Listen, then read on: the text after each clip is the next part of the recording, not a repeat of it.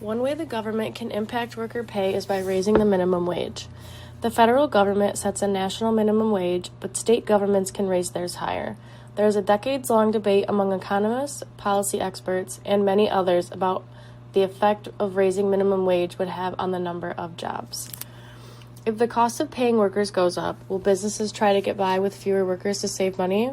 And if workers are making more, does that put more money back into the economy? Since 2014, 30 states, including Washington, have increased their minimum wages.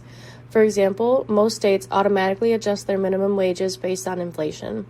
Some states raise their minimum wages in stages to reach a set number, and other states increase it all at once. The minimum wage law, set to go into effect, increases to $12.50 per hour, then up to around $15 an hour by 2028. Right now, every worker in Michigan has to make the minimum wage, but those who earn tips can have that applied to that wage. This is known as the tipped credit, the proposed law that eventually eliminates this tipped credit, coming up in 2030.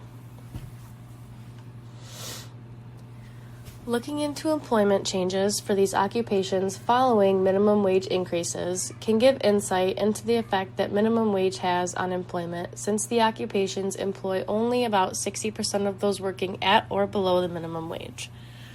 Raising the minimum wage can have an array of effects that are not reflected in employment data by the state.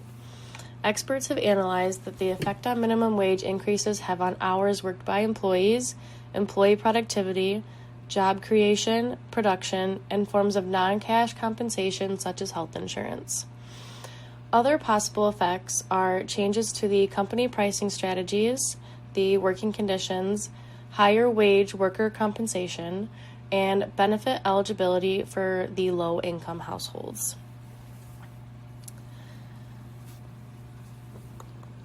So, key points to consider.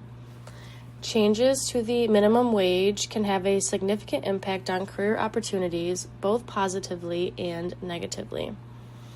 We will start with the positive impacts.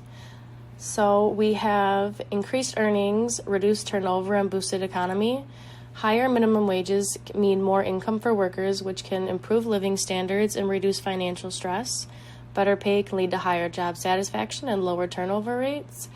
And with more disposable income, workers are likely to spend more, which can stimulate economic growth and potentially create more job opportunities. Negative impacts include reduced employment opportunities, increased automation, and higher prices. Studies suggest that higher minimum wages can lead to reduced employment, especially for low-skilled workers, as businesses may cut jobs to offset increased labor costs.